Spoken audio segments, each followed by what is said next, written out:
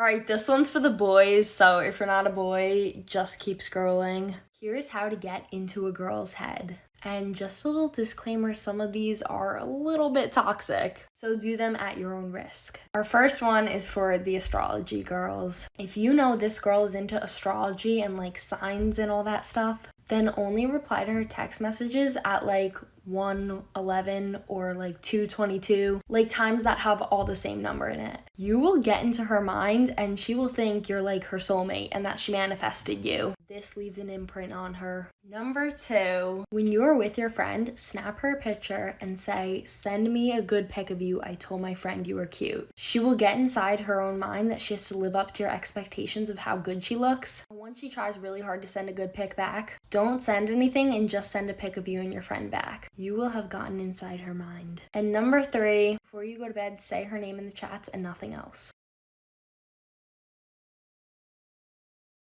If you're going into high school or you're an underclassman, then this video is for you. Hi, my name is Annabelle, and for the next few months, consider me your high school guide. As an upcoming senior, I will be spilling all of the secrets that I learned in high school and the best tips to get through it. Let's get right into it. Number 1, being popular literally doesn't mean anything. I promise you, all of the popular kids are peaking right now. You're better off being the best person that you can be. Number 2, do your homework. The biggest reason that you should be doing all of your homework is because they're easy hundreds. Most of your teachers are going to be too lazy to grade everyone's homework for correctness, so high school teachers usually just give you 100 if you do the assignment. Number 3, write down your homework. You have so much going on in your life and you're going to remember to do everything if you write it down. Number 4, do not get in a stupid fist fight. In high school, suspensions go on your transcript, and I promise in the long term, it is not worth it at all. Now, you're going to want to drop a follow because we have a lot more to cover before you go into high school.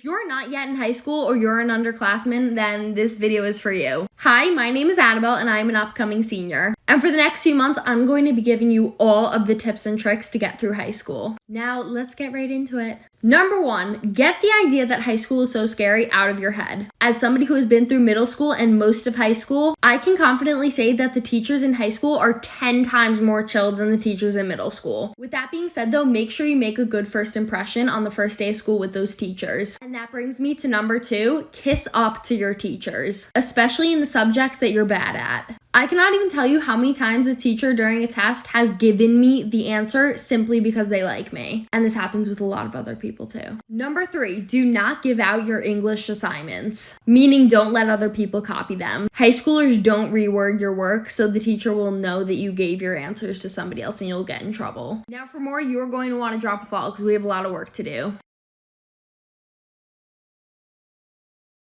Stop scrolling if you're a boy. Hi, my name is Annabelle, and I've come today on behalf of the ladies because you boys can be very confusing sometimes, so we have some questions. Here are the most common ones that us girls have about you boys. Number 1, how often do you cry? I have asked a boy this before, and he literally said like 2 years ago. And that literally just sounds so absurd to me because being a girl, I feel like we cry a lot more. Like I literally cried 2 days ago. So I'm just really curious, like how often do you guys actually cry? Number 2, the check on the first date. Or like if you go out to ice cream with a girl or something. Do you want to pay for her? And if so, does it make you feel like uncomfortable if she brings up like, "Oh, we can pay for ourselves"? Or do you want to pay for yourselves? Like what is up with that? Number 3, are you less likely to go after a girl if she's hard to get? Or if she's like really popular or desirable? Or do you still feel like you have a chance and you try to get her?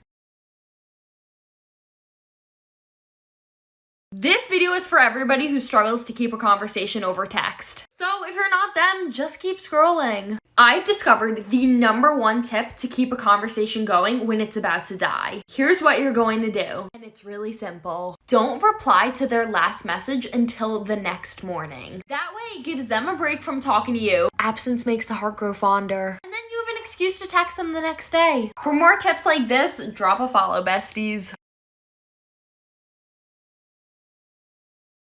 All right, this one is for the boys, so if you're not a boy, just keep scrolling. Hi, I'm Annabelle and I'm obviously a girl. And today I will be explaining to you some of the different types of ways that girls show their affection for you guys. Number one, we have the girl whose love language is touch. These types of girls constantly want to be near you. They might not necessarily say they love you and all that mushy gushy stuff, but any chance they get, they will be cuddling you and loving you and touching you because that's the way they show their affection. Number two, we have the roaster. This is the type of girl that does not straight out say her feelings. Instead, she low-key bullies you and pokes fun at literally everything you do. But this is her way of bonding with you, and it's actually deep down a compliment for you. Number three, we have the girl that shows random acts of kindness. This is the type of girl that surprises you, writes you random letters, and shows up out of nowhere just to spend time with you. Blow this up for a part two.